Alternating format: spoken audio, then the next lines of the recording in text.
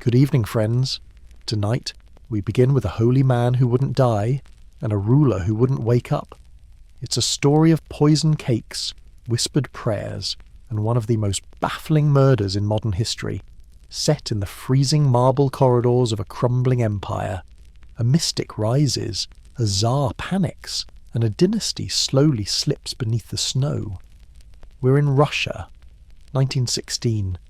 The world is on fire with war, and inside the Romanov palace, things are also burning but slower, and with more lace curtains. Picture it: chandeliers, scandal, velvet gowns, and a bearded peasant refusing to die after eating what amounts to a chemical weapon shaped like dessert. And let's be honest, you probably wouldn't survive this story either. So before you get too cozy, take a moment to like the video and subscribe, but only if you actually enjoy what I do here. Drop a comment with your time and city. I want to know where and when you're tuning in. Now, lights off. Maybe switch on a fan for some soft white noise, and let's walk into tonight's tale together. You shuffle into a December night in Petrograd. The cold bites deeper than your sense of optimism. The sun dipped behind the horizon hours ago, and the sky has the exact shade of grey that bad decisions come wrapped in. Inside a palace the size of your local IKEA, Tsar Nicholas II is avoiding important matters of state by writing heartfelt notes about tea. A few halls away, in a room quieter than your group chat after someone sends a 3-minute voice memo, a tall man with madman eyes is giggling. Grigori Rasputin, once a peasant, now a wandering monk, a spiritual advisor, and for reasons still not fully explained, the royal family's emotional support warlock. He doesn't walk, he glides, he doesn't speak, he summons, and his eyes described by some as molten coals trapped in a haunted doll, have hypnotized not just the Tsarina, but an entire capital full of gossip addicts. And people hate him for it.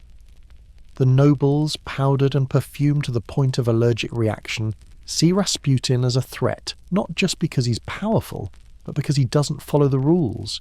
He doesn't sip tea, he slurps it, he doesn't wear silk, he sweats through burlap. He is the walking, wheezing opposite of etiquette. Rumours bloom like black mould in a damp basement. Rasputin is a spy, a Voroslow, the Empress's secret lover, or all three, depending on who's gossiping over smoked sturgeon that day.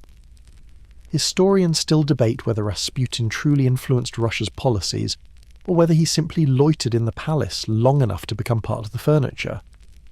But in winter 1916, one thing was clear. Rasputin was everywhere.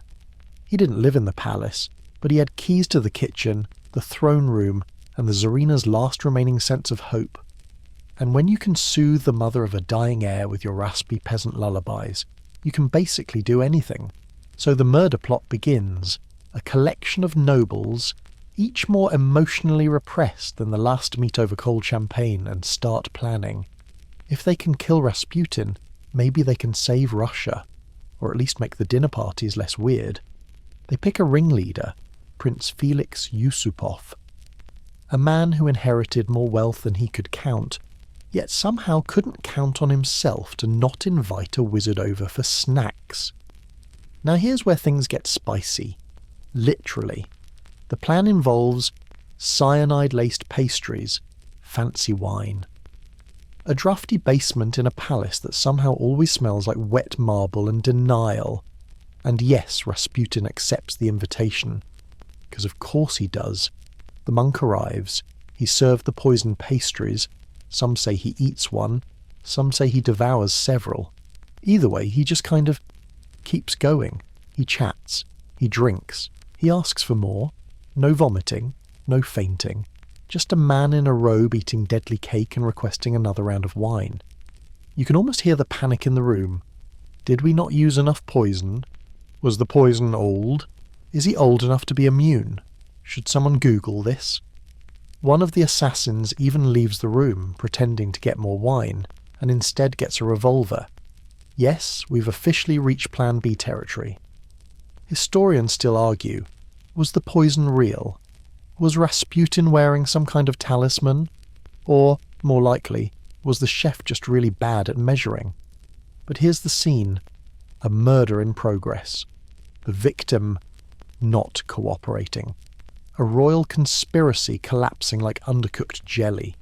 And a man in a fur coat asking if there's any dessert.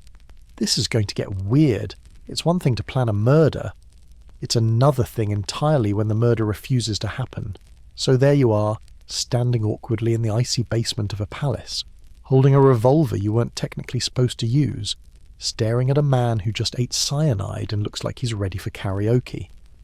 Prince Felix Yusupov, nobleman, art lover and very bad assassin, watches Rasputin sip poisoned wine like it's a spa day. The air is so tense it could snap your shoelaces. Rasputin, meanwhile, compliments the wine. This is not how it was supposed to go. So what does Felix do? He shoots him. Obviously. One bullet right to the chest. Rasputin drops. He crumples to the floor like a theatrical curtain, and for a moment the universe exhales. They did it. He's dead. They won. Except. Not quite. See, Rasputin had this talent. He could ruin any moment by refusing to act like a corpse. While Yusupov and the other conspirators regroup upstairs, probably to pour a victory drink and cry into it, Rasputin gets up. Not metaphorically, not symbolically. He physically stands up, blood-stained and breathing like your sleep paralysis demon just clocked in for the night. He doesn't scream. He doesn't plead. He runs. According to Yusupov's own increasingly unhinged account, Rasputin bursts out of the basement like a very large, very confused badger. He makes it outside into the snowy courtyard, trailing blood and sass. You imagine the scene. Silence. Broken only by the soft slap of Rasputin's bare feet on stone. Did I mention he wasn't wearing shoes? No one knows why. Maybe he kicked them off when he was poisoned. Maybe he never wore shoes to begin with. Mystics are like that. Yusupov and friends panic. Again. One man grabs a pistol and shoots Rasputin twice more. One bullet to the back, another to the head. They finally drag his body back inside. But this isn't a clean-cut ending. Not even close. Historians still debate whether Rasputin was truly shot multiple times, whether he was still alive when they threw him into the river, and even whether the story was wildly exaggerated to make the murder seem more impressive. What is certain, they wrapped his body in a curtain, chained it up for dramatic flair, and chucked him into the icy Neva River. Because when poison doesn't work and bullets feel personal, there's always hypothermia. This is where things spiral into fever dream territory. Some reports, especially the juiciest ones, claimed Rasputin was still alive when he hit the water, that his lungs had water in them, meaning he drowned rather than died from the gunshots, that they heard him screaming under the ice. Other sources say that's nonsense, that his corpse was cold, lifeless, very much dead before his frosty bath. But when has truth ever stopped a legend? And Rasputin, he didn't just die, he launched. His murder became the kind of historical wildfire no one could control. He went from questionable advisor to undead meme in less than 48 hours. You can almost hear the headlines. Mad monk murdered by nobles. Royal family in chaos. Mystic dies. Death disagrees. There was, perhaps unsurprisingly, no public trial. No justice. Just nobles returning to their estates, smug in the belief they'd saved Russia from madness. But here's the punchline. Madness was just getting started. Tsar Nicholas II wasn't angry. He was tired. Informed of the murder, he reacted like someone told him the parlour drapes were the wrong shade of gold. A brief frown, a scribbled journal entry, and then nothing. The Tsarina, though, she shattered. To her, Rasputin wasn't just a friend. He was hope. He was comfort in a world crashing down. And now he was gone, dragged under the river like a heretic in a bedtime story. Back in the palace, the air thickened with paranoia. If Rasputin, with his supposed visions and invincibility, could be killed, what hope did the Romanovs have? Outside, meanwhile, Russia was on fire. Not metaphorically, food riots, strikes, soldiers deserting. And into this melting snowstorm of rage and hunger, the nobles had just removed the one man crazy enough to predict it all. You start to feel it, don't you? That familiar historical sensation where everyone thinks they've done the right thing, and they've only made it worse. Because now, instead of Rasputin the man, they had Rasputin the myth. And myths don't die. They grow. They seep into walls, into courtrooms, into whispered conspiracies and cigarette smoke and bad dreams. You don't bury myths, you fertilize them. And Rasputin? He was blooming. So here you are, back in the palace, but now it feels colder. Not just in the bones, but in the walls, in the footsteps, in the way the chandeliers swing like they're thinking about jumping. The corridors smell faintly of perfume and desperation, and if you listen closely you might hear the sound of someone sighing into a velvet pillow embroidered with monograms and regrets. Her name is Alexandra Feodorovna, and she is unravelling like royal embroidery left out in the rain. To the public, she is the Empress. To Rasputin, she was a believer, and to history, she's a tragic figure spinning on the axis of grief, mysticism, and extremely bad press. They called her the German woman, a foreigner, a whisperer behind the throne, but to her husband Nicholas she was everything, and to her dying son Alexei she was the only lifeline. And Rasputin? Rasputin was her comfort blanket soaked in vodka and blood magic. See?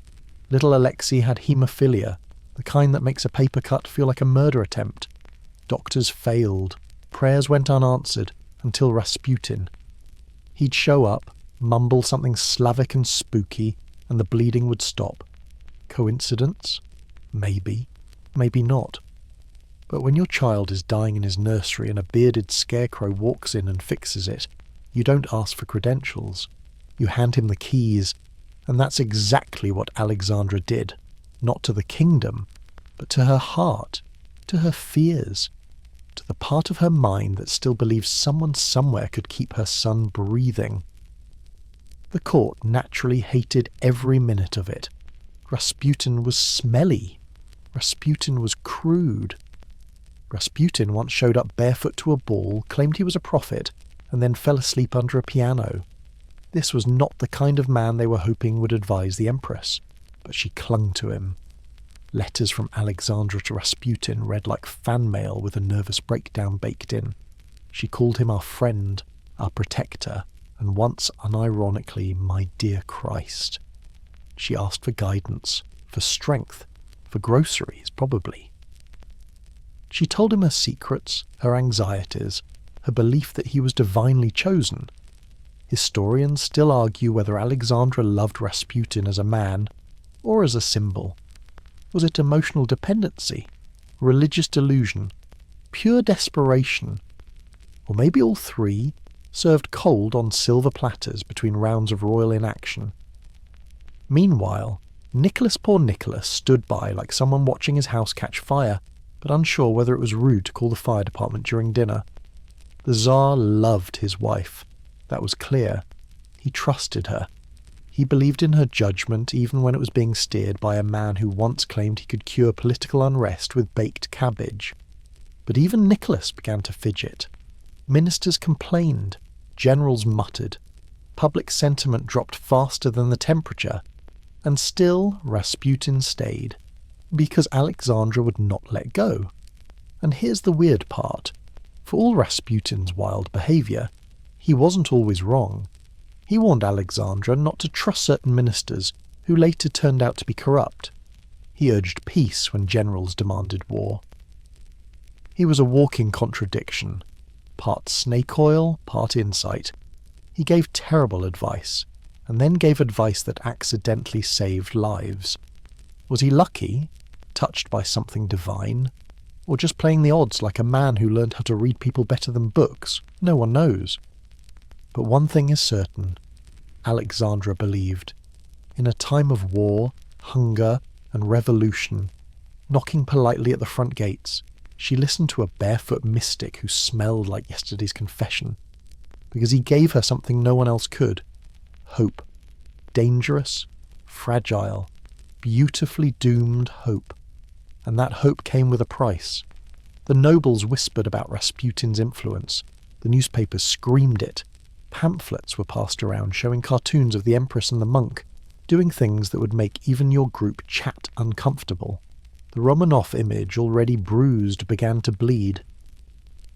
But inside the palace, they stayed quiet. They sipped tea, they watched snow pile against the windows like the future trying to get in. And Rasputin stayed, smiling, whispering, blessing, dreaming. A spiritual squatter with access to the Tsarina's deepest fears and the Tsar's deepest silences. He didn't need a title, he already had power. And outside, the world watched and waited. Because if the Empress's favourite beard could survive poison, bullets and gossip, what else might it survive? Let's slip quietly into the nursery now, softly, so you don't wake the heir to the Russian Empire. The room is delicate, with lace curtains and toy soldiers, a place caught somewhere between royal splendour and motherly desperation. In the corner, little Alexei lies in bed, pale as fresh snow, hands limp at his sides. He's not asleep, just very good at pretending. And beside him, Rasputin. Yes, again. You might expect a royal physician, a battalion of white coats, some sterile instruments that go ping. But instead, you get a man who looks like he fell out of a religious hallucination, wearing a robe that might once have been beige. He leans close, whispers, prays, or hums. It's hard to tell. His voice is like boiled honey poured into a church bell. Slow, sticky, and oddly persuasive. And the bleeding stops. Now before your brain throws a flag on the play. No, there's no clinical explanation. There are theories, plenty of them. Placebo effect, hypnosis, the sudden cessation of aspirin, which modern science would later learn worsens haemophilia. But in that moment, to Alexandra, it's not medicine. It's a miracle. This is where Rasputin earns his permanent seat at the Imperial dinner table, even if he often forgets to use a fork. You watch as the Tsarina clasps his hands, tears in her eyes. "You saved him," she breathes. Rasputin just nods like someone who always saves the day. The boy smiles, the Empress weeps, the nanny looks deeply uncomfortable, and somewhere in the next room, the future of Russia trembles slightly. Because here's the problem. Once you believe someone can heal your son, you start believing they can heal everything. Government? Easy. Army morale? Sure. Bread shortages? Why not? It begins small. Maybe Grigori should meet with the minister. Then, Grigori says we shouldn't trust that general. Then, let's fire 3 cabinet officials because Grigori said they looked untrustworthy in a dream. Before long, Rasputin is reviewing legislation between baths. That's not hyperbole. Rasputin reportedly liked very long, very hot baths, sometimes for hours, sometimes naked, sometimes while being consulted on military affairs. It's a vibe. And the court? Oh, they were livid. Imagine you're a duke. You went to 4 universities. You wear trousers that cost more than your servant's annual salary. And now the Empress is ignoring your recommendations because a man who smells like pickled despair said the moon was in a bad position. The resentment doesn't bubble, it boils. But there's also confusion. Because Rasputin doesn't seize power in the traditional way. He doesn't want a title, or a crown, or a throne. He wants access, influence, and occasionally cake. Historians still debate whether Rasputin truly believed he was divinely guided, or whether he was just improvising really, really well. Was he a manipulator or a mystic? A fraud? A fanatic? Or just an extremely confident guesser with dirty fingernails? Back in the nursery, Alexei sleeps, and Alexandra sits beside him, holding his hand and Rasputin's. She's writing letters again. Long, rambling ones filled with devotion and theological anxiety. She signs them with kisses, crosses, and phrases like "you alone understand us." And Rasputin, when he responds, he calls her Mama, not creepily, Not flirtatiously, just oddly. The whole relationship has the energy of a very intense emotional support hotline, except one side wears a crown and the other wears sandals in the snow. To outsiders, it's baffling. To the Russian public, it's infuriating. The empire is groaning. Soldiers are starving. The economy is balancing on a pile of mouldy potatoes. And yet, inside the palace, decisions are being made based on Rasputin's dreams and gut feelings. Not metaphors, literal dreams. One time he advised against a military offensive because he had a vision about wolves. Another time he claimed a certain duke had a smell of betrayal, which honestly just sounds like he needed better deodorant. You, standing here in the nursery shadows, might wonder how any of this is real, but it is. The letters exist, the diary entries, the records of meetings cancelled because Rasputin said the Tsarina looked sad, and yes, the bleeding always stopped, so he stayed. For a few more months, for a few more crises, for a few more chances to lean over a royal child's bedside and murmur something into the soul of a dying dynasty. The nursery door creaks shut, and the empire shivers. Down the hall from lullabies and lace curtains, the real business of empire is being discussed, over cigars, vodka, and a rising sense of panic. It's not happening in Parliament, or in the war room, it's happening in salons, in private libraries, in country estates with more taxidermy than legal sense. A group of nobles, dukes, princes, counts, and one man with the expression of someone who just realised his family fortune won't survive the next 6 weeks, have decided they've had enough. Enough whispers, enough prophecy, enough Rasputin. The monk must die. But with flair, with drama, with just enough aristocratic nonsense to make it weird. Enter Prince Felix Yusupov, heir to a fortune so vast that he once bought an entire Italian opera company just so they'd stop performing in his neighbourhood. Yusupov is young, vain, prone to emotional monologues, and completely convinced that he alone can save Russia by murdering a man who bathes infrequently and occasionally claims to be clairvoyant. He gathers co-conspirators. One of them is Grand Duke Dmitry Pavlovich Chiseled Jaw, tight uniform, nothing going on behind the eyes but fencing scores. Another is a right-wing politician named Purishkevich, whose name sounds like a sneeze and whose speeches are longer than Rasputin's beard. They form a plan that feels less like an assassination and more like a murder-themed dinner party. They choose the Yusupov Palace, not for its security, but because the basement has good acoustics. Here's the setup. Invite Rasputin for a late-night snack. Serve him pastries laced with cyanide. Offer poisoned wine as a chaser. Wait for him to keel over gracefully like a man in a Greek tragedy. They rehearse. They decorate. They even decorate. Someone puts on a gramophone with cheerful music to mask the sound of eventual dying. It's also delightfully civilized. Rasputin arrives wearing fur, beard, and confidence. He's in a good mood. Possibly because he suspects nothing, or possibly because he suspects everything and just doesn't care. They guide him downstairs, offer wine, offer cake, smile, and he eats and drinks and smiles back. Then, nothing. No foaming, no gasping, no collapsing into a cursed pile of limbs. Rasputin sits comfortably, compliments the decor, and asks if they have any jam to go with the pastries. You can practically hear the sound of aristocratic blood pressure rising. Was the poison too old? Too weak? Did Rasputin have some kind of divine liver? No one knows. One historian suggested the cyanide vaporized in the baking process. Another claims Rasputin had been slowly poisoned for years and built up a resistance, like a particularly greasy snake. Historians still debate whether the poison was ever real. Some say it was a ruse and invented flourish for a story that was already absurd enough without adding pastry. Either way, Felix panics.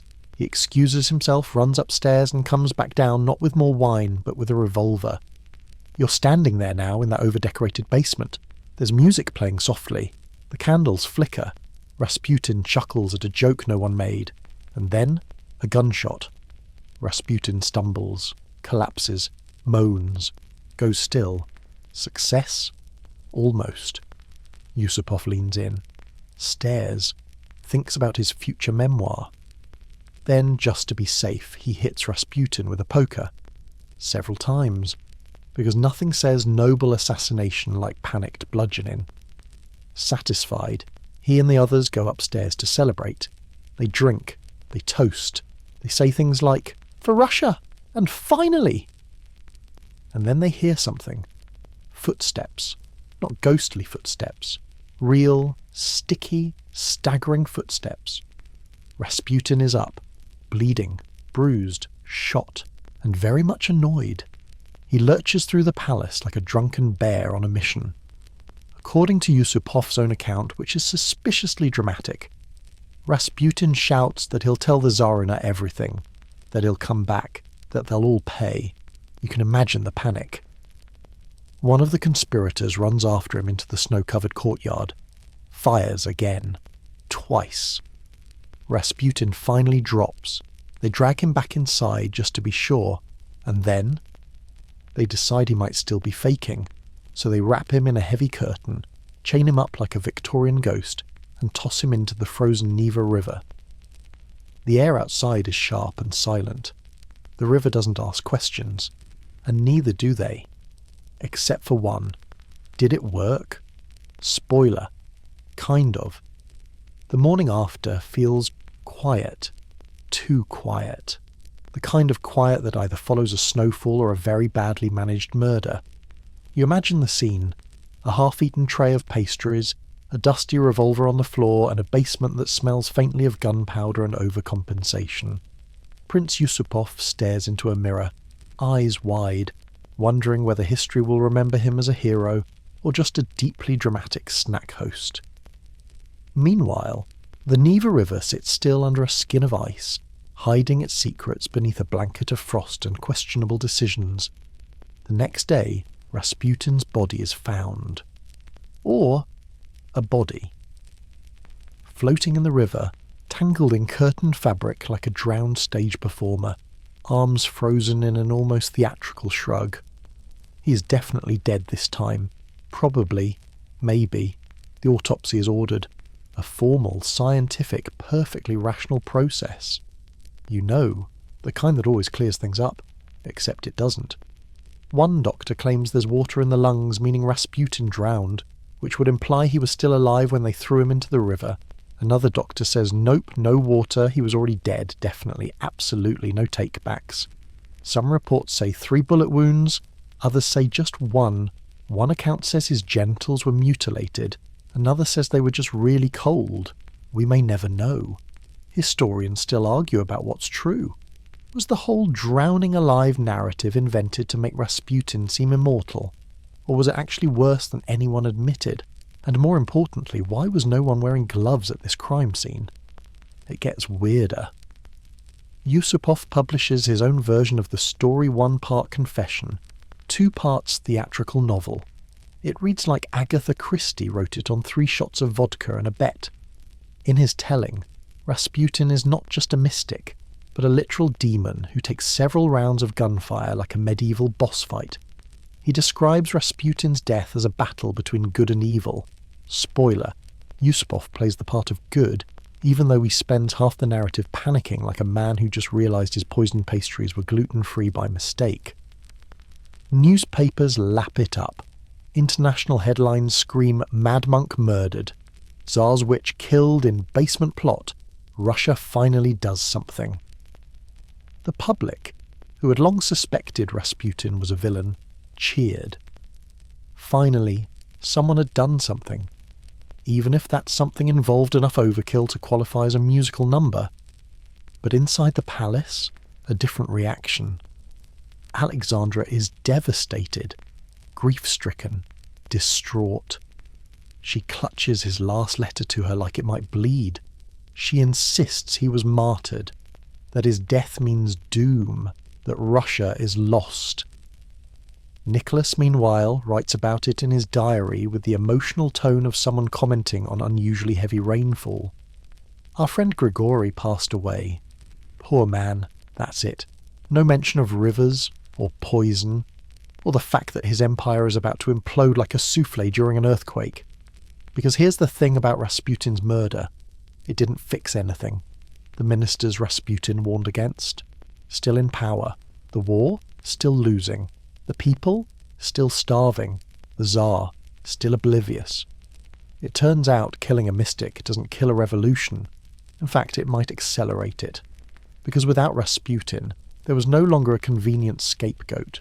No longer someone the nobles and the press could blame for the empire's slide into chaos. Now, all that blame had nowhere to go, except back to the throne. The Romanovs were now naked in the snow, metaphorically speaking, and metaphorically speaking was the only way they still knew how to speak. And as for Rasputin, his legend grew, fast, wild, exponentially. Some claimed he didn't die at all, that he escaped, that the body was a decoy, that he became a shadow, haunting the palace halls with bloody footprints and a sarcastic smirk. His murder wasn't the end. It was the beginning of a transformation from man to myth to eternal punchline in the book of Russian collapse. And somewhere in Petrograd, a child wakes up from a bad dream. His name is Alexei. His legs ache. He asks for Rasputin. But the monk is gone. Only silence answers, except, of course, for the faint echo of boots on frozen stone, and laughter, just once, just enough to make you check over your shoulder. Let's step back into that night again, shall we? The music still drips from the gramophone upstairs, something cheerful, something old, something chosen specifically to mask the sound of death. But down here, in the bowels of a noble palace that's better at rumours than renovations, the air is thick, not with incense or candle smoke, with disbelief. You're not supposed to fail a murder this many times, especially not when your victim is tied up in your own basement like the final act of a very cursed magic show. But Rasputin, well, he doesn't play by the script. Let's rewind just a touch. One moment he's groaning on the floor after eating poisoned pastries. Next, he's been shot right in the chest, allegedly at close range. The kind of wound that should send anyone to the grave, especially after wine and cyanide. But Rasputin is a difficult dinner guest. He lies still, for a while. Long enough for Yusupov and his little gang of powdered conspirators to start patting each other on the back. They climb the stairs. They uncork more wine. One of them says something smug, probably about restoring the soul of Russia, like they didn't just shoot a man who blesses his soup before drinking vodka straight from the bottle. Then, a sound. It's always the small sounds that unmake certainty. A scuff, a breath. The gentle, unceremonious thud of someone refusing to die. Rasputin is moving. No poetic resurrection. No celestial light. Just a bloody man standing up with the grim determination of someone who absolutely intends to haunt you. He pushes open the basement door. He stumbles into the courtyard. It's snowing, because of course it is. His robe is soaked in blood. His beard frozen at the tip strips like melted wax. Barefoot. No one knows when he lost his shoes. Maybe he never had them on. Maybe he left them behind like a symbolic gesture to the gods. Or maybe he just didn't like shoes. Frankly, it wouldn't be the weirdest part of the night. Rasputin runs, not fast, not gracefully, but with a kind of spectral intensity, like a man who's been murdered 3 times and still has errands to run. Behind him, the nobles panic. Yusupov screams. Someone drops a wine glass. Another conspirator, likely realizing he should have stayed home and practiced fencing, fumbles for a pistol. They chase him into the courtyard. A shot rings out.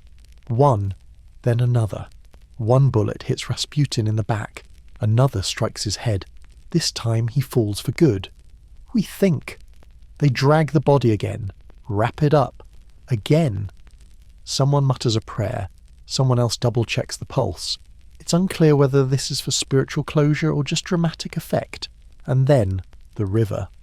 The Neva in winter is not a place for second chances. The water is dark, the ice cruel, the current lazy but thorough. They bind Rasputin's arms, some say with chains, some say with ropes, some say with the thick curtains from the parlour. Then they drop him in. Splash. No fanfare. No eulogy. Just cold silence swallowing warm chaos. Now, this is where the story leaves the script entirely and flies into folklore. Because by the time Rasputin's body is recovered days later, the rumours are already sprinting across Russia like they've had 3 espressos and no supervision. They say his body showed signs of struggling under the ice, that his arms had broken free from the bonds, that his face was frozen in terror.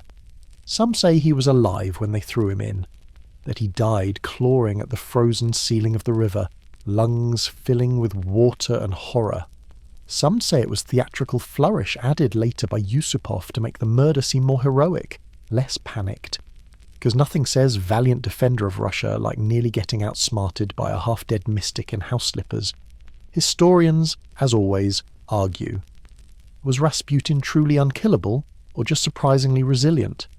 Was the drowning real, or added for drama? Did the nobleman truly fear him, or just fear what he represented? Proof that faith, chaos, and common-born madness could exist in the halls of royalty. The answers don't matter anymore, because the truth has been drowned right along with him. But here's what we do know. Rasputin's death did not mark the end of crisis. If anything, it cracked the surface of a much deeper collapse. The Romanovs, once surrounded by advisors, now found themselves isolated. Alexandra retreated into mourning, writing long letters to no one, staring out windows as if waiting for Rasputin to walk back in with another vision. Nicholas grew even more distant, not angry, not sharp, just floaty, like a balloon tied to the world by nothing but formality. And the nobles, they didn't know what to do with their victory. They'd defeated a peasant, a prophet, a lunatic. They'd pulled a weed. But the garden was still dying. And outside. Oh, outside. Russia was shivering. Not from the cold, from hunger, from war, from waiting too long for change that never came. Rasputin's body might be in the river, but his name bubbled up in every conversation, every protest, every bitter winter toast. Some called him a monster, others called him a martyr. Some said his ghost still whispered in the palace walls, nudging fate forward with a filthy finger, and maybe in a way he did. Because Rasputin's death marked something strange, the moment when myth overtook monarchy. The Tsar and Tsarina were still technically in charge, but they weren't the story anymore. He was. Rasputin dead, frozen, absurd, had become the avatar of everything Russia didn't understand about itself. And the thing about avatars? They don't stay buried. You might think this is the part where the story cools down, where Rasputin's body, finally pulled from the never, leads to a quiet funeral and a closed chapter. But this is Russia in 1916, and nothing ends politely. The body is retrieved a few days after the murder. It's stiff, bloated, and tangled in what appears to be part of the palace curtain. A priest is summoned. An autopsy is arranged. The press is foaming at the mouth. Everyone wants answers, but what they get is folklore and frostbite. The official autopsy is conducted under questionable lighting by men wearing far too much cologne. There are bullet wounds, yes, at least 2, maybe 3. Depending on which report you read, the shots hit the chest, the back, the forehead, or possibly somewhere vague like the general head region. But the most controversial part? Water in the lungs. That phrase so simple, so damp set fire to the myth machine. Because water in the lungs means Rasputin didn't die from the poison, or the bullets, or the beating with an iron club. He died because he drowned, under ice, while chained. Which means that somehow Rasputin was still alive after all that, and died clawing against a ceiling of frozen death with what was left of his peasant tenacity. Or so they say. Historians still debate whether that water was ever real. Some believe the finding was exaggerated, invented even, by the people who wanted to mythologize the monk further. If Rasputin died like any other man, quickly, painfully, pointlessly, then where's the fun in that? But if he fought against the elements themselves, if he resisted nature and murder and nobles with shaky hands, that's not just death, that's drama. And Russia, even in its darkest moments, loves drama. The Tsarina, upon hearing of his death, collapses, not figuratively, not poetically, physically. She faints, then she cries, then she prays, and then, of course, she blames everyone but herself. In her letters, she refers to Rasputin as a martyr, as a holy man, as someone whose death is a sign of apocalypse. And you know what? She's not entirely wrong, because things are about to go downhill very fast. Nicholas, ever the emotionally unavailable poetry scribbler, reacts with less intensity. He pens a line in his diary. Our friend Grigori passed away. That's it. Not even a sad emoji. You can almost hear the snow falling behind the ink. But the Empire takes it personally. News spreads that Rasputin was murdered by noblesmen who acted without the Tsar's permission, without trial, without restraint. Some citizens cheer, others whisper. But what they all realise is, no one's in control anymore. The illusion of monarchy, of order, of divine rule, it cracks. Rasputin's murder, rather than preventing collapse, accelerates it. The Russian army, already losing faith in food, begins to fragment. Revolutionaries who had been organising in smoky cellars suddenly feel like maybe destiny is on their side. And the Romanovs, they double down. Alexandra insists that Rasputin's predictions were true, that he foresaw his death and the consequences. In one of his final letters, genuine or forged, no one knows, he allegedly warned, "If I die at the hands of nobles, the royal family will fall within 2 years." Eerie, right? 2 years later, the Tsar, Tsarina, and all their children would be executed in a basement by revolutionaries who were not there for tea and polite conversation. But that's getting ahead of ourselves. For now, let's stay in this moment, the post-murder fog. Rasputin's body is buried quietly, without ceremony. A simple grave on palace grounds.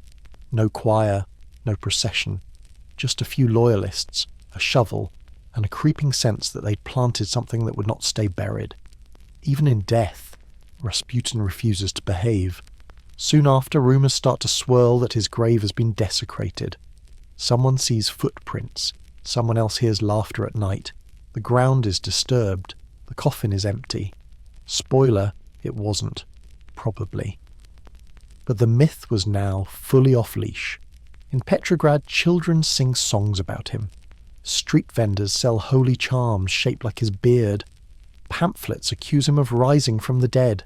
There are even whispered reports, hushed, nervous of sightings. Rasputin on the street. Rasputin in the chapel. Rasputin in a mirror. You stand in the cold night, listening. Is that wind? Or is that something else? The truth, whatever it was, no longer matters. Rasputin had become exactly what his enemies feared most. Unforgettable. Because when you poison a man, shoot him, beat him, and drown him, and he still manages to die like a folk hero people remember. They remember the beard, they remember the eyes, they remember the prophecy, and above all, they remember that nothing they did could stop him from becoming larger in death than he ever was in life. Step now into the royal chambers, not the ones from fairy tales, but the kind with too many drapes, too few decisions, and the haunting scent of lavender and regret. Nicholas II, emperor and autocrat of all the Russias, is sitting by the window. He's writing in his diary again. Not a strategy, not a decree, a poem, possibly about birch trees. Outside, the empire is bleeding. Inside, the Tsar is journaling. You might think this is satire, but no. This was how the last Romanov ruler responded to crisis, with melancholy sighs and pencil sketches of boats. Nicholas was many things: loving husband, devoted father, devout Christian. But when it came to governing a collapsing superpower, he approached it with all the urgency of someone trying to choose between two kinds of mustard. Rasputin's murder might have been an earthquake in public opinion, but to Nicholas it was more like a snowflake on the windowsill, a nuisance, a footnote, something to mention briefly before moving on to more pressing concerns, like whether the garden chapel needed repainting. And this wasn't new. Even before the monk's death, Nicholas had perfected the art of detachment. He saw himself as a sacred ruler, yes, but one whose job was to uphold divine order, not to micromanage ministers or read angry editorials. If God had put him on the throne, then God would sort everything out. You, watching from the side of the room, might feel the urge to shake him, to say, "Sir, the peasants are on fire." But he would likely just nod politely and return to admiring his daughter's watercolours. It's not that Nicholas was cruel. He wasn't. It's that he was distant. The kind of man who might tip his hat to a collapsing building and hope the gesture was enough. Historians still debate whether Nicholas II was simply out of touch or fundamentally unsuited for rule. Was he a tragic figure caught in the wrong century, or a monarch who refused to evolve until history ripped the chair out from under him? But either way, one thing is certain. When the empire needed a lighthouse, it got a tea candle in a snowstorm, and the people around him no better. The court was a powder keg of flattery, paranoia, and people whose idea of patriotism involved making sure the table linens matched the curtains. After Rasputin's murder, Alexandra became more erratic. She demanded loyalty. She saw betrayal in every sideways glance. She cycled through ministers like outfits. If one disagreed with her, out they went. If another flattered her grief, they were promoted by lunch. One general described trying to reason with her as shouting into a velvet pillow. Others didn't even try. And Nicholas? He nodded. Always nodded. When Alexandra insisted that her dead mystic friend's spiritual advice should guide troop movements, he didn't argue. When she claimed his ghost had warned her not to trust a certain general, Nicholas raised an eyebrow and then dismissed the general. You start to see the pattern. The Tsar did not lead. He followed silently, gently, like a man being tugged toward disaster by a woman in mourning with very strong opinions. Meanwhile, out in the real world, the one without chandeliers, the country was tearing itself apart. The war had devoured everything: food, fuel, patience, and soldiers. Oh, so many soldiers. Trains were freezing on the tracks. Bread riots broke out in cities where bread hadn't been seen in months. Entire regiments were deserting the front lines to go home and not starve to death. And all the while, propaganda posters still showed a smiling Nicholas in uniform, as if sheer optimism might fill a stomach. But within the palace, they danced. Not literally, perhaps, but emotionally. The royal family carried on, guarded by ritual and tea and the firm belief that if they just waited long enough, this strange national tantrum would pass. They held receptions, decorated Christmas trees, wrote letters to distant cousins with titles longer than their resumes, and they prayed. Oh, did they pray? To God, to each other, and quietly, still to Rasputin. Because even in death the monk lingered, not just in memory, in influence, in the fact that his name still appeared in correspondence, that his final warnings, however real or invented, hovered like incense in every royal decision. If I die at the hands of nobles, he had allegedly written, the Tsar's family will fall within 2 years. And 2 years was ticking fast. It's not just that Nicholas did nothing, it's that he believed doing nothing was holy.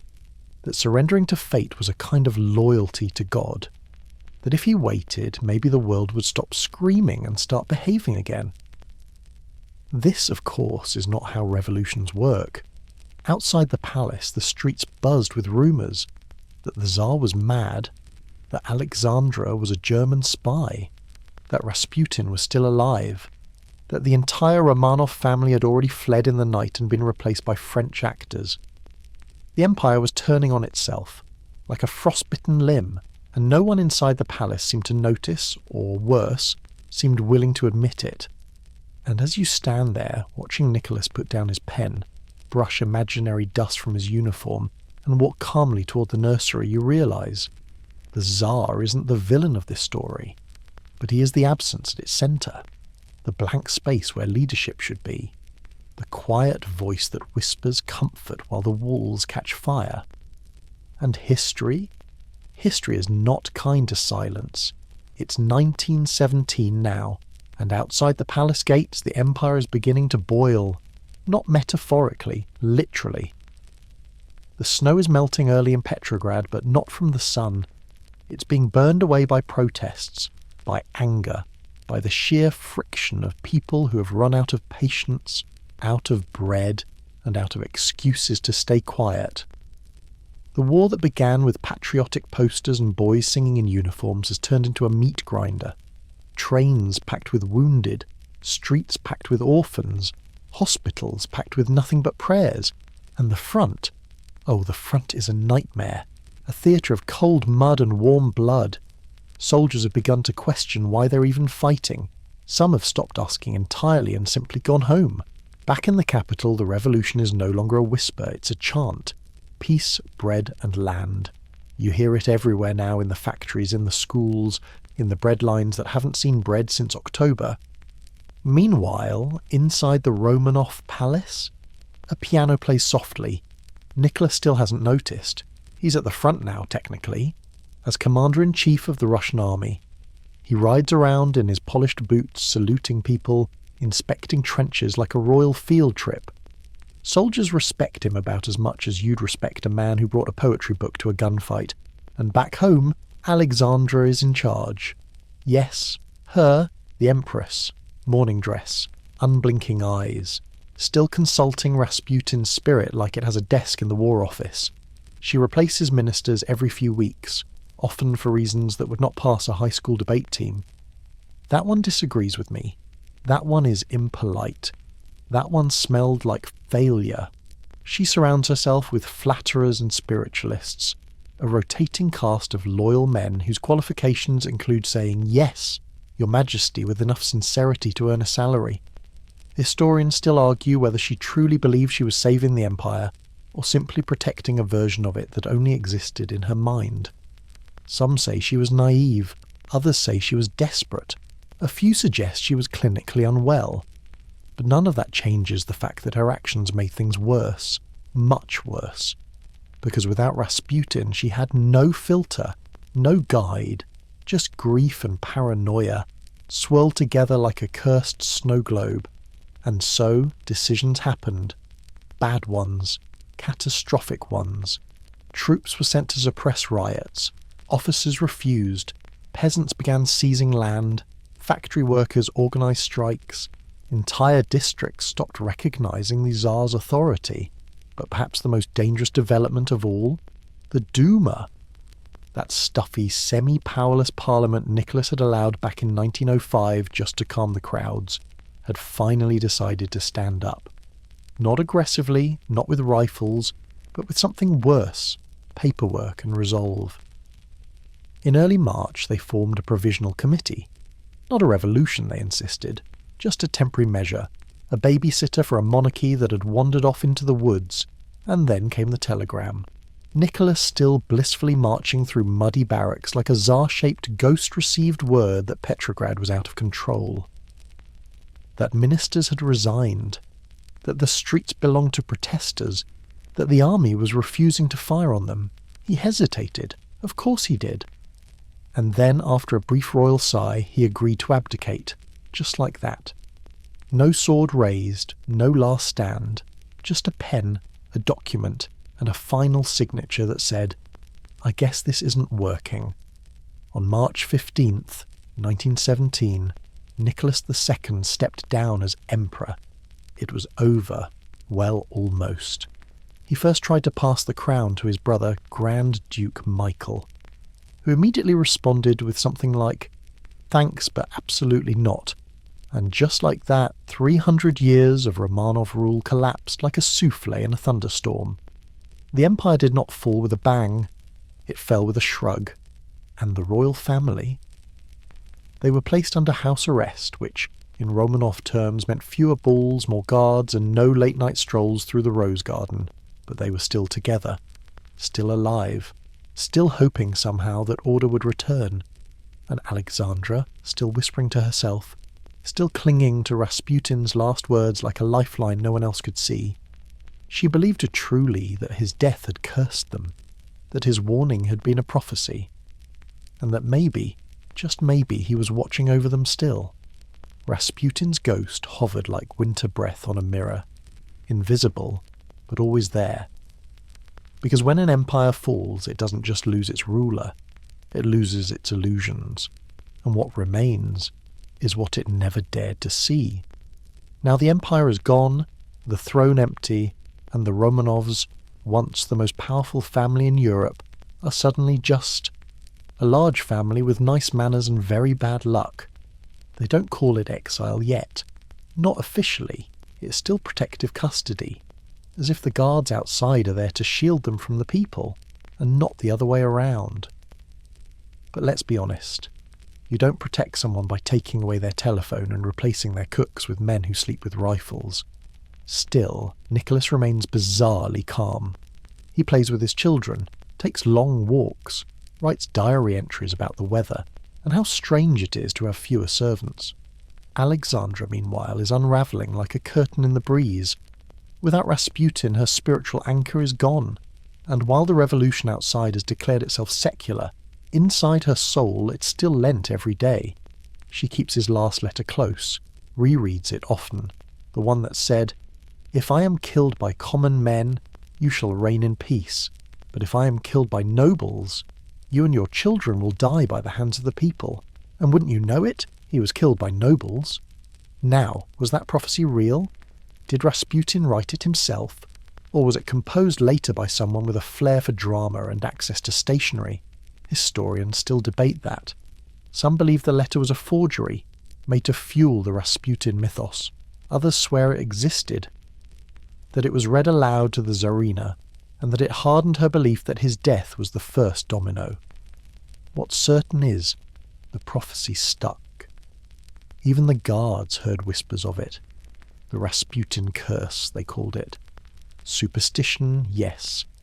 But in revolutionary Russia, superstition travelled faster than gunpowder. Now picture this. As the former Tsar tends the garden in a threadbare coat, revolutionaries are arriving at Petrograd's central station, on a sealed train from Germany. On board, a bald man with a goatee and the energy of a political earthquake, Vladimir Ilyich Lenin. The man had been in exile for years, scribbling essays in Swiss cafes and yelling at pamphlets. But now he's back, and furious. Germany, in a move equal parts clever and chaotic, decided to send him home like someone mailing a live grenade to their enemy's living room. And Lenin does not disappoint. He hits the ground marching. His speech at Finland Station is short, fiery, and completely unhinged. Peace, land, and bread, he yells. All power to the Soviets. You might not understand half the words, but the crowd sure does. Because peace sounds better than war, land sounds better than starvation, and bread, well, bread always wins hearts. The provisional government, made up of well-meaning moderates in very tight waistcoats, tries to contain him. They promise reforms, elections, a constitutional convention. But Lenin's not playing that game. He doesn't want compromise. He wants revolution. Fast. Full. Irreversible. He doesn't see the Romanovs as exiles. He sees them as unfinished business. And so, in the shadows of Petrograd, a second revolution begins to rise. The Bolsheviks Lenin's faction grow stronger, louder, meaner. They take over newspapers, railways, then entire cities. And the Romanovs moved again, this time farther away, into Siberia, to Tobolsk, where the air smells like frozen regret and old wood, where there's no ballroom, no court, just a modest house with squeaky floors and guards who don't smile. The children try to stay cheerful. They play games. They take turns reading. They try to make exile feel like a long winter vacation. But Alexandra knows. She knows the prophecy. And each time a letter arrives later than expected, Each time a new guard replaces an old one, she wonders, is this it? Back in Petrograd, Lenin is done waiting. In October, the Bolsheviks storm the Winter Palace. No dramatic shootouts, no battle cries. Just some shouting, a few broken windows, and the sudden realization that a new regime has arrived. And it doesn't have room for czars, kings, or fairy tales. The provisional government dissolves like sugar in tea, and the Romanovs, still alive, but not for long. You begin to feel the clock now. Tick, tick, tick. Rasputin's curse, real or imagined, feels heavier with each hour. He said the royal children would die, and the train that once carried Lenin... Now there are more trains. Trains filled with red guards, with orders, with ropes and rifles. The world spins faster, and Rasputin, long dead and long buried, has never been more alive. Not in body, but in consequence. It's spring again, though you wouldn't know it from the view. The Romanovs have been moved once more, this time to Ekaterinburg, a mining town with the aesthetic of a brick-flavoured snowstorm and the political ambience of a loaded rifle. Their new home isn't a palace. It isn't even a house, really. It's a merchant's former residence, retrofitted into a prison. The locals call it the House of Special Purpose, a phrase that sounds like the title of a bad play, but ends like a tragedy written in bullets. Guards are stationed at every door. Windows are painted over, not for privacy, but to keep the family from seeing the world slipping away from them. Or perhaps to stop the world from seeing what happens next. Inside, it's quiet. Nicholas still believes, somehow, impossibly, that a rescue is coming. That Britain will intervene. That someone, somewhere, will remember that he is a cousin to kings and emperors, and will whisk him away to polite exile on a warm island with buttered tea. Spoiler, no one's coming. Alexandra clings to her routines like a drowning woman hugging porcelain. Prayer, letters, memories of Rasputin. She tells her daughters stories to keep their minds away from the growing silence of the guards. Sometimes she recites his last prophecy aloud. The children, 4 daughters, 1 son, try to make the best of things. They sew, they play games, they write letters to imaginary friends, they ask questions that no one answers, and in their rooms they hide their jewellery, sewn into the linings of corsets, stuffed into pillows, not out of greed, out of hope. Hope that they might need money again one day, that the world might continue in some form that includes shopping and choices and freedom. The guards notice, and begin to resent them. At first they treat the family with a kind of awkward civility. Then, as the days drag on and politics heat up, the courtesy melts. Sarcasm replaces politeness. Shouting replaces silence. Some guards spit when they pass. And then the decision is made. Back in Moscow, the Bolsheviks are consolidating power. The civil war is intensifying. The White Army, pro-monarchist, well-armed, and closing imposes a serious threat. And the Romanovs, they're a symbol. Symbols are dangerous. The local Soviet decides, with quiet cruelty and bureaucratic phrasing, that it would be simpler if the Romanovs were no longer alive. No trials, no statements, no ceremony, just a final, quiet entry in the ledger of revolution. July 17th, 1918. In the early morning hours, the family's awakened. They're told there's been fighting in the city, that they must be moved for safety, that a truck is coming soon. Bring your pillows, bring your things, stay calm. They are led to the basement. The room is cramped, damp, no windows. Nicholas stands, confused but composed. Alexandra clutches her son. The daughters form a line like they're posing for a photograph that no one will ever take. Then the guards enter. The command is read aloud dry, official, like an announcement for a cancelled train. And then chaos. Shots. More shots. Screaming. Bullets ricochet off the walls. Some hit bone. Others hit the jewels sewn into corsets, causing confusion, extra noise, prolonged death. It takes longer than it should. Too long.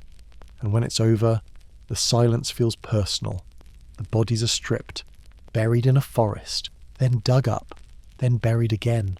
Some are burned, some are doused in acid, not to erase them, but to make it harder for them to mean something. But of course, that never works. You can't kill a symbol with bullets. It's too late for that.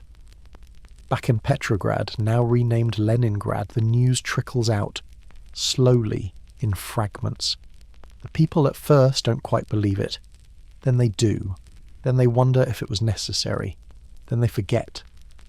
But others never do. In exile, former nobles whisper of the Romanovs with trembling voices.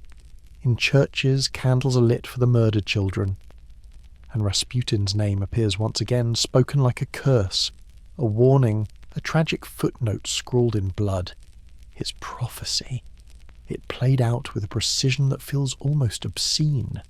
If I die at the hands of nobles, the royal family will fall. And fall they did. Not in a palace, but in a basement. Far from marble halls and jewelled thrones, surrounded by dust, dim light, and men who once called themselves servants of the people. The house of special purpose is silent now. The floors are still stained. The walls, if they could speak, would whisper. But you don't need them to. You already know what they'd say, because sometimes history doesn't fade. It echoes. You'd think the story ends here, that after the basement, after the bullets, after the blood-soaked silence, we'd finally reach the bottom of the tale. But no, because Rasputin, true to his maddening form, refuses to stay dead. Not just in the palace, not just in the rumours, but in the letters, the strange, winding, half-mystical letters. Let's talk about those. Letters Rasputin allegedly wrote in his final days. To the Tsar, to the Tsarina, maybe even to the children. Written in looping, uneven script, the kind that makes you wonder if the hand was trembling or just dramatising its own doom. Some are brief, a paragraph or two. Others ramble for pages like a sermon given by candlelight after too much honey mead. One of them says this: I feel the darkness, and it is not my enemy. It waits for you. It watches your throne. They think they kill me, but they plant something worse, charming. Another claims, if your blood spills in violence, all of Russia will drown in it. Some letters are lost.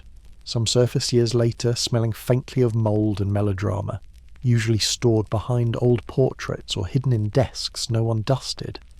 Most historians assume many are fakes written after the revolution by monarchist sympathisers, revolutionaries with flair, or people who simply enjoyed pretending to be haunted. And yet, some might be real, because there are letters with handwriting that matches Rasputin's, dated shortly before his murder. Mailed, stamped, catalogued by panicked librarians who no longer had jobs after the revolution, but really wanted people to read this weird monk's fan mail. Historians still debate the authenticity of these documents.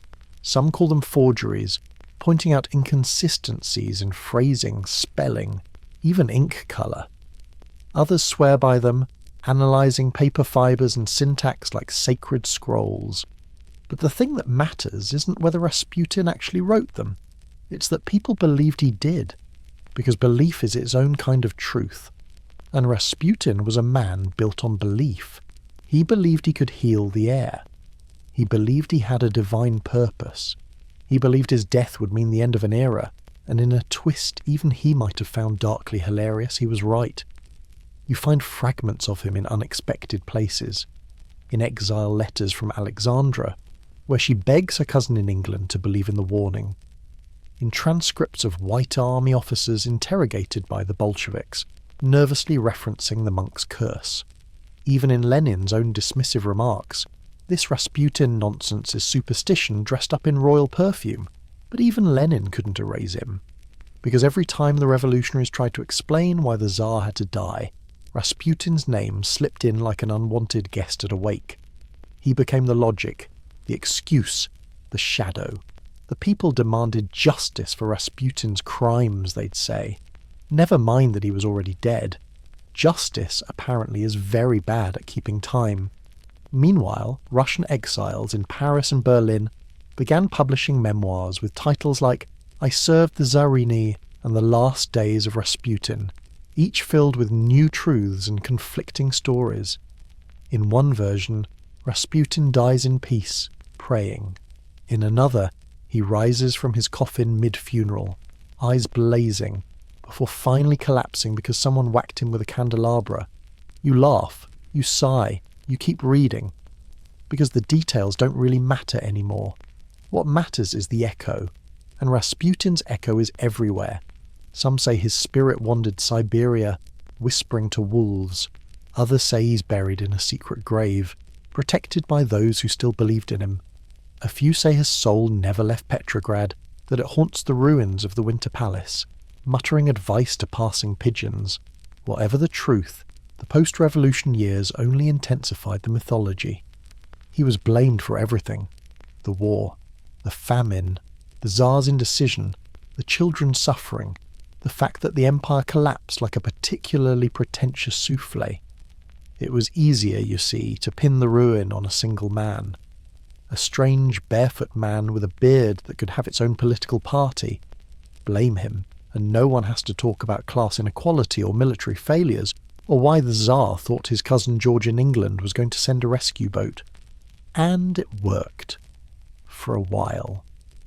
In Soviet textbooks, Rasputin becomes a caricature, the face of royal corruption, the whispering devil on the empress's shoulder, the mad monk who led an empire into darkness. Never mind the nuance, never mind the contradictions. The myth was cleaner and louder, but even myths rot. Eventually Rasputin's letters faded.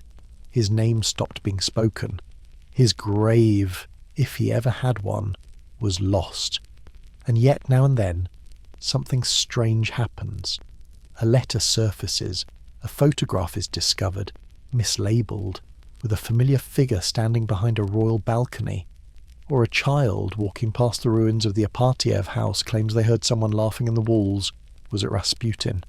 Probably not.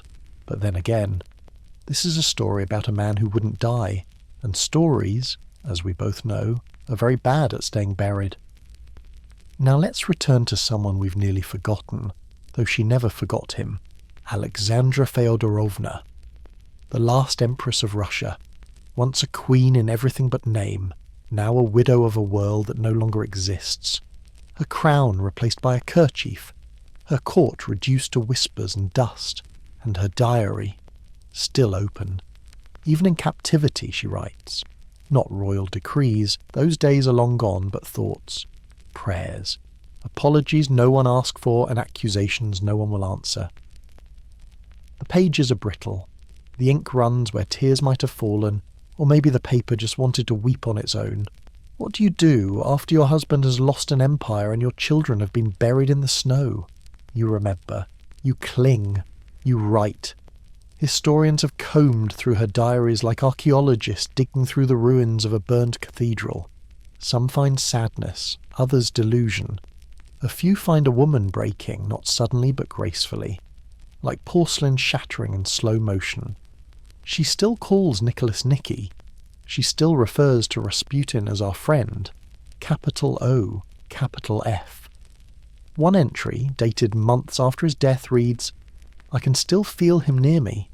I close my eyes and hear his voice. We were never alone, not when he was alive, and not now." Another, more desperate. "They laugh at me, but they do not understand what he knew. He saw the truth they are afraid of." You picture her sitting by the window in exile, writing by candlelight, her children asleep in the next room. The silence is thick, interrupted only by the scratch of her pen and the footsteps of the guards outside. She writes because speaking has become dangerous. She writes because thinking out loud makes her tremble. She writes because writing is all that's left. Alexandra's grief was not private, it was political. People blamed her not just for loving Rasputin, but for needing him. Even during her reign, the rumours never stopped. That she met him in secret. That they exchanged more than just spiritual guidance. That she let him choose ministers based on visions involving bees and scented candles. Historians still argue how much influence Rasputin truly had. Was Alexandra his puppet, or his partner? Did she surrender her power, or simply lend it to a man who filled the silence when her husband would not. Some suggest she was so terrified of losing her son that she would have welcomed advice from a singing turnip if it promised healing. Others think she truly believed Rasputin was a divine gift, that he had been sent by God to guard her family, even if he sometimes smelled like boiled onions and mumbled during dinner. But here's the quiet truth most scholars ignore. Rasputin listened. And when you're trapped in a golden cage, surrounded by whispers and enemies, sometimes all it takes is someone who listens. The Tsarina's letters, especially the private ones, aren't just love notes to a mystic. They're love notes to hope, to belief, to the idea that there was still one person on earth who understood what it meant to be afraid and royal and completely helpless. So yes, she kept writing after his death. She recorded dreams in which he returned, visions of him standing at the foot of her bed. She claimed to feel warmth when she closed her eyes and prayed to his memory. Was it madness? Was it trauma? Was it just the final flicker of a woman refusing to let go? Perhaps it doesn't matter, because those dreams became her armour. As the world narrowed around her, first to a palace, then to a house, then to a single locked room, those dreams kept her upright. They gave her a reason to rise, to braid her daughter's hair, to pretend the guards outside the door were just uninvited guests. But even Rasputin could not protect her from history's trajectory, because while she was writing about dreams, revolutionaries were writing new orders. While she was clinging to the past, soldiers were sharpening the present. And in the end, it was not Rasputin's voice she heard, it was gunfire. Still, the diaries remain, found years later, hidden in luggage, preserved by accident and reverence, and now read aloud in museums by tour guides who speak softly, as if afraid to wake her. They're relics of a mind unravelling, of a mother praying, of a woman who had everything and then less than nothing. They're not always coherent. Sometimes they loop, sometimes they contradict, but they're always sincere. And maybe that's what's most haunting, because Alexandra Fyodorovna, last Empress of Russia, may have lost her crown, her home, her children. But she never stopped believing that Rasputin would return, that somehow, even from beyond the grave, he was watching, that his death had been a warning not to her, but to the world, and that the world had failed to listen. So, you'd expect the memory of Rasputin to fade now, wouldn't you? A disgraced mystic, buried under snow and scandal, overshadowed by revolution and war, dead, forgotten, except he wasn't, not even close. Because while his body dissolved into legend, his image, the wild hair, the wolf eyes, the beard like a cursed broom, began a second, stranger life. Post-revolution Russia was a mess. Food shortages, civil war, a government changing hats so often it looked like a magic show in slow motion. People needed answers, and when answers weren't available, they'd settle for a really compelling ghost story. And Rasputin? Oh, he was perfect for that. He had everything a myth needs, a mysterious origin, rumours of miracles, a suspicious death, and most importantly, a face that wouldn't quit. You've seen the photographs. You can't unsee them. That haunted glare. That glazed 1,000-yard stare that says, I've either seen God or forgot how time works. His portraits didn't just look at you. They accused you of not understanding 1916 properly. Even Lenin, for all his hatred of mysticism and monarchy, couldn't fully erase Rasputin. The Soviets tried. They purged archives, burned memoirs, painted over murals, but Rasputin, like a stubborn stain on the velvet couch of history, just wouldn't go away. He became gossip. He became rumour. He became metaphor. Peasants told stories about him blessing crops. Old women swore they'd seen him walking across frozen lakes after the revolution.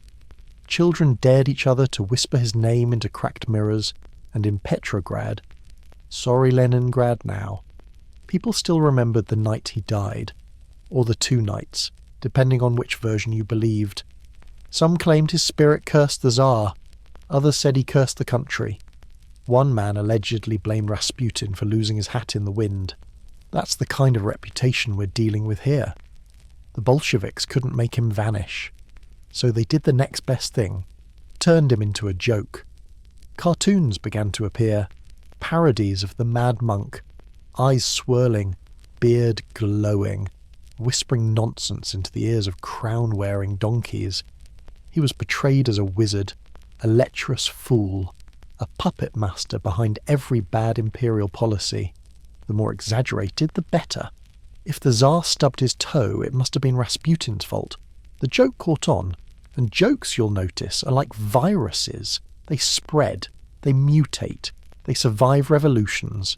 Fast forward a few decades, Soviet historians, eager to explain away the monarchy's failures without accidentally encouraging nostalgia, kept using Rasputin as the royal scapegoat.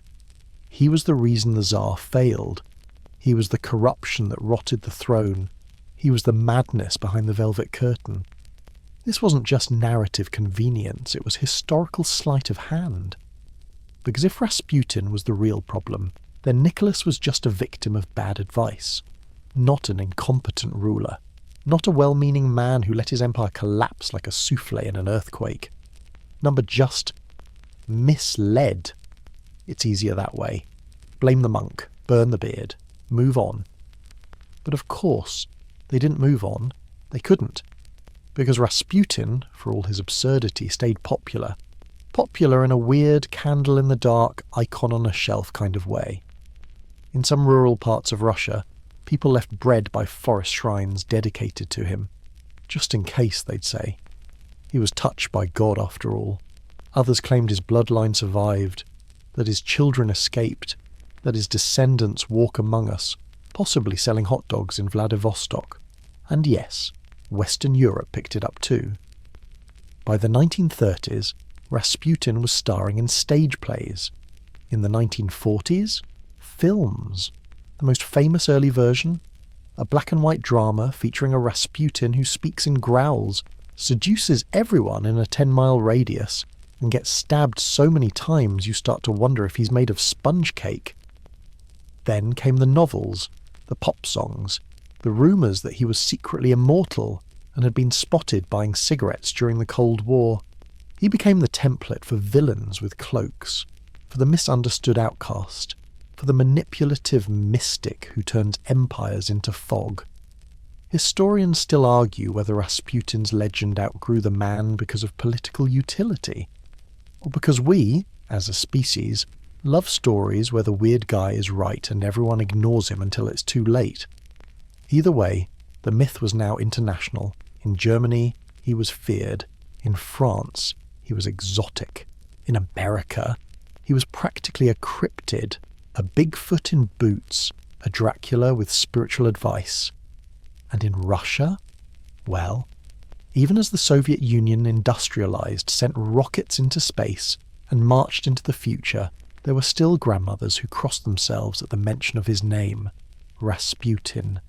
Healed the Tsarevich, predicted the war, cursed the empire, refused to die, became a meme. You can't plan that kind of legacy. You just have to be Rasputin. Let's fast forward, shall we? Past the ashes of revolution. Past the collapse of the monarchy, the purges, the gulags, the 5-year plans, and the red flags fluttering across half the earth. Past all that stern, industrial Soviet steel rite into the glowing, flickering strangeness of the modern age.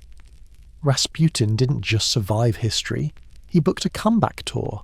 You see, when history grows tired of being taken seriously, it reaches for a costume trunk. And Rasputin, he fits in everything. Tragic prophet, sexual deviant, drunken wizard, secret agent, human cockroach. Take your pick. By the mid-20th century, he's already the star of operas, radio dramas, spy novels, and deeply questionable comic books. One of them, published in Britain, depicts him fighting zombies and lecturing Napoleon. That didn't happen. But it also kind of feels like something that would have happened if no one stopped him. Hollywood naturally can't resist. Every few decades a new Rasputin film appears, each one less accurate, more dramatic. One version gives him laser eyes. Another implies he's the Antichrist. A third, quite sincerely, casts him as a romantic anti-hero who just wanted hugs and holy power. By the time we hit the 1970s, Rasputin officially leaves the history section and enters pop culture purgatory. And then came the song. You know the one, Ra Ra Rasputin, lover of the Russian queen. In 1978, a Euro disco group named Boney M, yes really, releases a song that takes Rasputin's entire life and turns it into a dance floor anthem. Now think about that for a moment. A peasant mystic who may or may not have manipulated an empress, survived multiple murder attempts, and haunted the last breath of an empire, is now a disco icon, and not just a minor one. The song becomes a hit, internationally. Clubs in Berlin, buses in Bangkok, weddings in Warsaw are all echoing with the tale of Rasputin remixed and rhymed. His name becomes shorthand for madness, seduction, and vaguely historical vibes. You can dance to it. You can laugh to it. You can even dress as him for Halloween, provided you own a wig that looks like it's been dragged through a prophecy. From there, things only get stranger. In video games, Rasputin shows up as a boss battle. He sometimes has magical powers. Sometimes he rides bears. Occasionally he's a misunderstood hero trying to prevent nuclear war. Again, none of this is accurate, but Rasputin never asked for accuracy. He asked for immortality, and he got it. Even animated films get in on the act. The 1997 cartoon Anastasia, for example, features Rasputin as the main villain, rotting, bald, green-skinned, and deeply committed to ending the Romanov bloodline with the help of demonic bats. Fun for the whole family. Historians. They're exhausted. Each new Rasputin portrayal pushes him further from reality. Each retelling erases a little more nuance, a little more history, until he's no longer a man, but a walking grab bag of gothic nonsense. They try to correct the record. They publish biographies, host lectures, make documentaries with solemn violins and old photographs. But it doesn't work, because for every carefully footnoted analysis of Rasputin's influence on Russian politics, there's a TikTok with 4 million views comparing him to a cult leader who could moonwalk. It's not just ironic, it's cosmic. The man who blurred the lines between prophecy and power, religion and corruption, he's still doing it. Just now, he's doing it through memes and motion capture. A few scholars have argued that Rasputin has achieved what they call hyper-mythical status, meaning he no longer belongs to history, he belongs to the cultural subconscious, like King Arthur, like Dracula, like Elvis. We don't know what's true anymore. We don't want to know. We want the drama, the eyes, the beard, the death that refused to stick, and Rasputin delivers. Even from beyond the grave, even from Spotify playlists and B-grade horror flicks. You might think all this is ridiculous, that we've cheapened the tragedy of a man and a nation by turning it into a carnival of flashing lights and irony. But here's a secret. Rasputin would have loved it. He thrived on spectacle, on being misunderstood, on existing in the margins of power and the centre of attention. He knew how to stir crowds, how to scare people, how to make himself unforgettable, and what's more unforgettable than your name echoing across centuries, not in textbooks but on dance floors? So no, Rasputin didn't just survive history. He did something far more chaotic. He entered pop culture. If you thought Rasputin's pop culture afterlife was strange, hold on to your beard because it gets weirder. You see, after history has exhausted the facts, the theories, the conspiracies, and the disco songs, it starts to sniff around the truly absurd. The kind of ideas that make historians groan, conspiracy theorists rejoice, and late-night YouTube channels rub their hands together like Victorian villains. Let's start with his bones, or rather, the problem of his bones. After Rasputin was murdered, his body was hastily buried, then exhumed, then burned in the woods by Bolsheviks who were very committed to the idea that you could kill a legend by turning it into ash. But here's the thing, no one's really sure what happened to the ashes. Some say they were scattered, others claim they were buried in a secret grave. One account even says they were accidentally shoveled into a garden outside a Moscow school, which, if true, raises some very unfortunate landscaping questions. And then came the rumours that some parts of Rasputin survived, not metaphorically, physically. Let's talk about the Rasputin phallus. Yes, you read that right. According to a truly baffling thread of historical folklore, Rasputin's gentleman's relic was removed post-mortem and preserved. By whom? No one knows. For what purpose? Best not to ask. The object in question reportedly changed hands several times, no pun intended, and eventually turned up in a private collection in Paris. Later, it was displayed in a museum in St. Petersburg dedicated to erotic curiosities, labelled as the preserved genitalia of Grigori Rasputin. It sat in a jar. Tourists took selfies. Scholars sighed so loudly that windows rattled. Was it real? Almost certainly not. Historians and forensic experts alike have pointed out that the jar's contents more closely resemble a sea cucumber or a particularly unfortunate sausage. One researcher said, and I quote, "It's definitely not human," which frankly is a relief. But the point isn't whether it's true, it's that the story exists, that someone at some point looked at a myth and thought, you know what this needs? A preserved pickled body part. And then there's the Yeti theory. Yes, we're going there.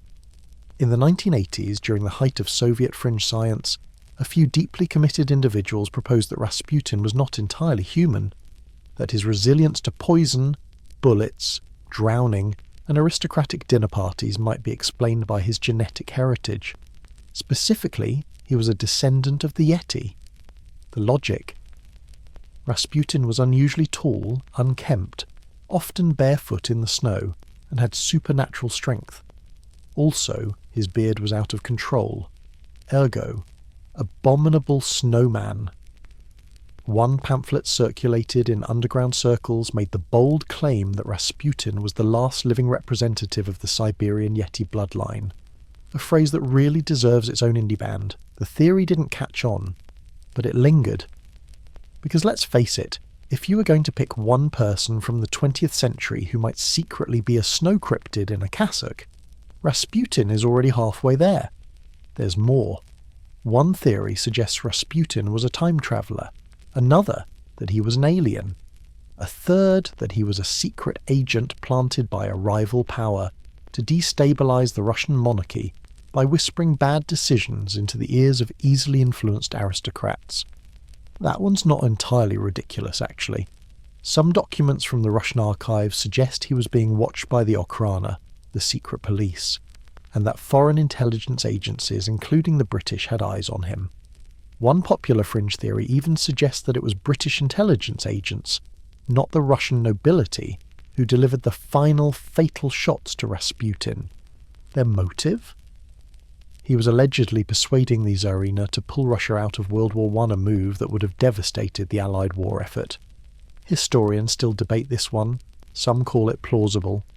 Others point out that if the British were really that good at covert assassinations, their colonial administrators probably wouldn't have kept tripping over their own shoe buckles.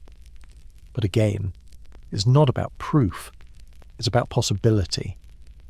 Rasputin, in death, became a magnet for everything unsolved, unexplained, and unreasonably bizarre. People needed to understand him, and when understanding failed, they reached for myth, for conspiracy, for late-night theories whispered between cigarette drags. And if we're being honest, he'd love that, because Rasputin never wanted to be understood. He wanted to be felt, feared, revered, gossiped about. Whispers in churches, eyes on portraits, hints of miracles, glimpses of curses. Whether he was a man, a monster, a prophet, a fraud, or some slippery blend of all for Rasputin, succeeded at the one thing that matters most in the long run.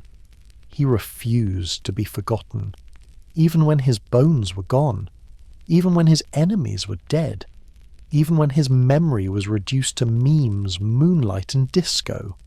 In the end, it doesn't matter where he came from, or what really happened that night in the basement, or whether his body was burned, buried, or bottled, because Rasputin still walks, not in flesh, in story. And stories, my friend, are even harder to kill. At this point in the tale, you might be asking, what was going on with everyone anyway? How did a half-literate Siberian wanderer hypnotize a royal court? How did an empress trust him more than her ministers? How did a group of highly educated aristocrats fail to kill him correctly, 3 or 4 separate times? The answer is simpler than you'd think. They were all completely, utterly, historically unhinged, not in a comedic way, though yes, it was occasionally funny, but in the deeper, darker sense. The kind that sets entire empires on fire while everyone insists things are perfectly normal. Let's talk about the mood. Russia, in the early 20th century, was a land vibrating with anxiety. Not just political unrest or economic collapse or social inequality that was the background noise. The real problem was something older, something existential. The kind of spiritual panic that settles into a nation like winter frost on a gravestone. The Tsar believed in divine right but didn't act like a divine ruler. The church believed in holiness but couldn't explain why miracles weren't happening on demand. The people believed in justice but weren't getting it, and into that vacuum walks Rasputin. A walking paradox, dirty but sacred, drunk but prophetic, illiterate but all-knowing, the perfect vessel for a country so confused it no longer trusted its own reflection. Historians still debate why he caught on the way he did. Was it charisma, religious revivalism, blind desperation? Or was it simply that everyone was too tired to question him? Imagine being a courtier. You've survived revolutions, scandals, and at least 2 minor palace fires. Now your fate rests in the hands of a monk who once claimed to heal headaches by yelling at jars of pickles. And yet you believe. Because belief is easier than panic. And Rasputin gave people something to believe in, even if it was completely irrational. That's the curious part about mass paranoia. It doesn't always look like fear. Sometimes it looks like hope wearing a slightly deranged hat. Even the nobles who supposedly hated him couldn't stop talking about him. They obsessed over his dinners, his clothes, his opinions on the weather. One duke claimed Rasputin had uncanny control over conversation. Another accused him of controlling minds through rhythmic blinking.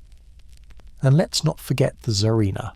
Alexandra was not a fool. She was highly educated, fluent in multiple languages, and emotionally intelligent. But she was also a mother. And fear makes mothers strange. Her son's haemophilia wasn't just a disease, it was a ticking time bomb in lace pyjamas. And Rasputin, whether by trick, placebo, or accident, made that bomb stop ticking. So of course she believed. Of course she clung. It wasn't madness. It was survival. And Nicholas. The Tsar seemed to float above it all, a tragic balloon tethered to the court by royal obligation and an incredible talent for ignoring fires. He wasn't stupid. He just wasn't present. The kind of man who could sit at dinner while the empire burned, nod thoughtfully, and ask if the fish had been overcooked. The Romanovs weren't evil. They were just drowning. And Rasputin was the strangest, loudest, most confident man to throw them a rope woven from riddles, guilt, and beard oil. Even after his death, the paranoia didn't stop. In fact, it increased. His murder was supposed to fix things, but instead it shattered whatever fragile illusions the Romanovs had left. If Rasputin could die, then so could hope. It's almost poetic in a cursed sort of way. They killed him to save the monarchy, and in doing so they buried the last thread of faith tying the Tsar to his people. After Rasputin's death, rumours intensified. The court became more paranoid, the empress grew more isolated, the Tsar became more passive, and the people, they got hungry, then angry, then organised. Revolutions don't start because one man makes bad decisions. They start because everyone is making them, and no one notices. Not until it's too late. That's what made Rasputin so powerful. Not his mysticism, not his immortality, but the fact that everyone else had already given up on being sane. He was the logical conclusion of an illogical time, the reflection of an empire losing its grip on reality. When the structure collapses, people don't look for leaders, they look for prophets.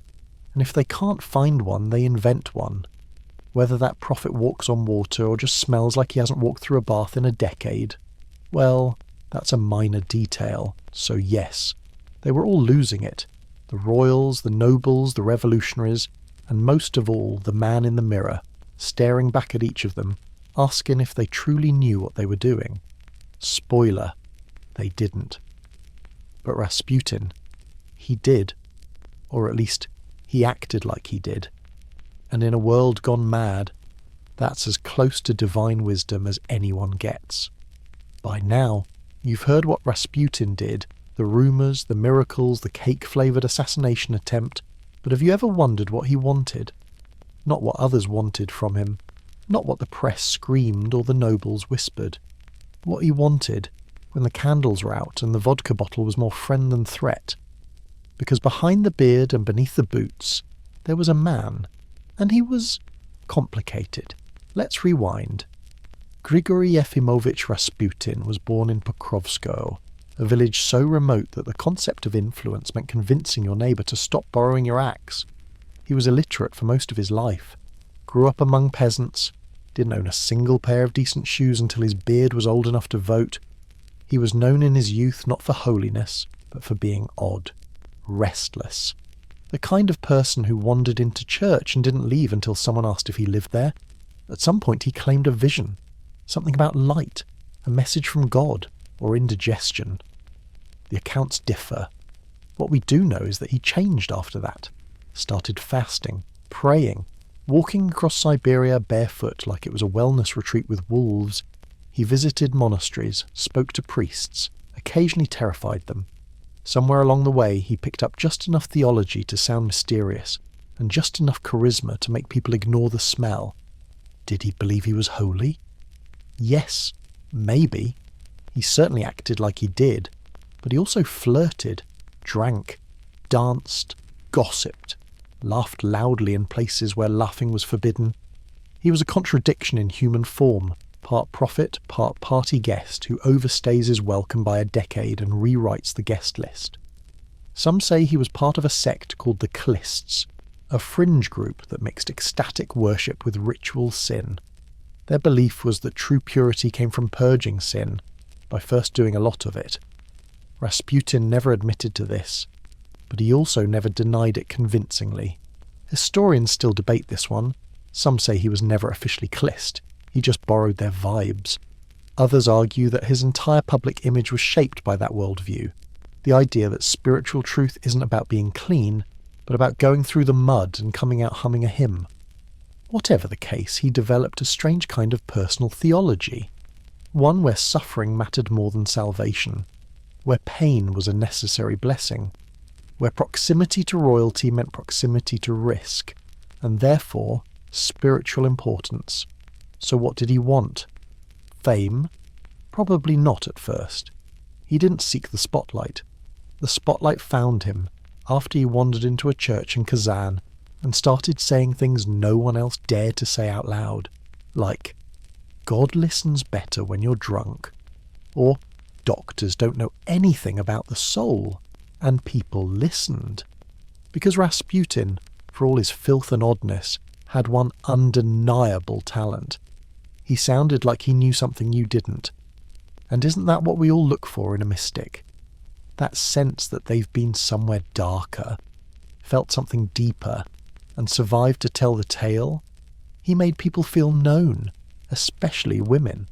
They would come to him with secrets, tears, illnesses that modern medicine shrugged at.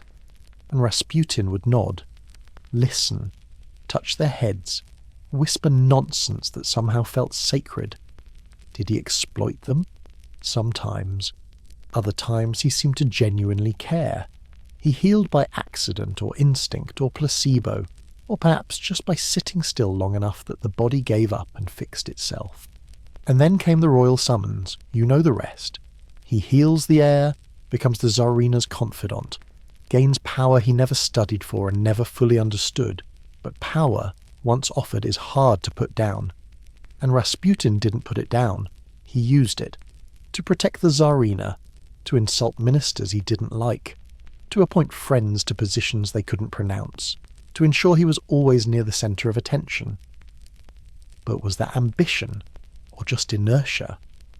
Many say Rasputin never truly wanted power. He just didn't know how to say no to it once it showed up dressed in velvet and pearls. He wanted comfort, warm baths, warm wine, a warm seat at a warm table, with people who stopped looking at him like he was either a devil or a miracle. He wanted to matter, to be remembered, to be more than a farm boy from the frozen edge of nowhere. And in that, he succeeded more than he ever dreamed. He became legend. Because if Rasputin had died quietly, in his bed, surrounded by well-wishers and cats, you wouldn't be listening to this story right now. But instead, he died the most Rasputin way possible, dramatically, confusingly, and far too late in the evening. So what did he want? He wanted what all strange men want, to be believed, to be necessary, to be a noise the world couldn't ignore. And when he finally went quiet, the world kept listening. And now we arrive at the final flickering frame of this very Russian lantern show. A monk who wouldn't die, a Tsar who wouldn't rule, an empire that crumbled like a pastry under a butcher's boot. Rasputin is gone. The Romanovs are gone. The palaces stand hollow, converted to museums or hospitals, or the kind of haunted government offices where no one makes eye contact anymore. But the echoes? Oh, the echoes never left. You find them in the walls of the Winter Palace, where tourists take selfies next to chandeliers that once caught fire during royal dinners. You find them in the old train tracks that carried revolution to the east and exile to the west. You find them, oddly enough, in the strange silence that falls whenever someone brings up Rasputin in a Russian history class, half embarrassed, half enchanted. Because there's something uncomfortable about how alive he still is. People who should have been buried and forgotten often are. And yet Rasputin remains, like a stubborn dream, the kind where you wake up feeling like something's still standing in the hallway. In modern Russia, his legacy is confused. Some call him a demon, a manipulator, the reason the monarchy failed. Others say he was framed, that he tried to help, that he was the only one who actually told the truth while everyone else was busy polishing medals and lying to each other with fine accents. Still others don't know what to think. He doesn't fit into any box. He's too strange for sainthood, too enduring for villainy, too wild for history books, too real for ghost stories. And perhaps that's the most fitting ending. That Rasputin man, myth, swamp-scented sorcerer doesn't end. He just lingers, like a smell in the upholstery of time. After all, what do you do with a figure who doesn't stay where you left him? You lock the doors, draw the curtains, pretend he was never there. But then on a cold night you hear something creak in the wood, or a whisper in the pipes, or a voice in your sleep that says, "Did you think you understood me? You didn't. No one ever did." And perhaps that's why we keep telling this story, to try, not to explain the past, but to sit beside it, to brush the dust off its beard, and to wonder how many other strange, inconvenient people we've buried, burned, and then accidentally turned into disco legends. So now, as we close this tale of royalty, madness, bullets and beards, remember this: empires fall, thrones shatter, but a good story, that's harder to kill. Rasputin knew it. Now, so do you. And now, as the story fades and the candles burn low, we return to the quiet. Let the beards go, let the bullets fall away, let the snow cover the boots, the rumours, the train tracks, and the dreams that came unstitched in royal bedrooms. You've walked through icy corridors, past velvet curtains, across rivers that remember everything, and back again. You've seen what happens when history turns on itself, when truth bends to superstition, when one man becomes too strange to ignore. But all of that is behind us now. The ghosts have said their piece. The palace is quiet. And you're safe. There's no need to remember every detail. Let your thoughts scatter like ash into the wind. Let the names grow soft. Let the dates dissolve. Breathe, slowly, even slower. Let the weight of Rasputin's strange tale drift off your shoulders like snow from a rooftop. You don't need to solve the mystery tonight. You only need to rest. Because whatever came next for Russia, it didn't involve you. Not tonight. Tonight is for sleep. So close your eyes.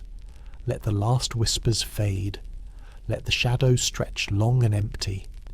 And if you dream of bearded monks, poison cakes, and chandeliers that know too much, don't worry.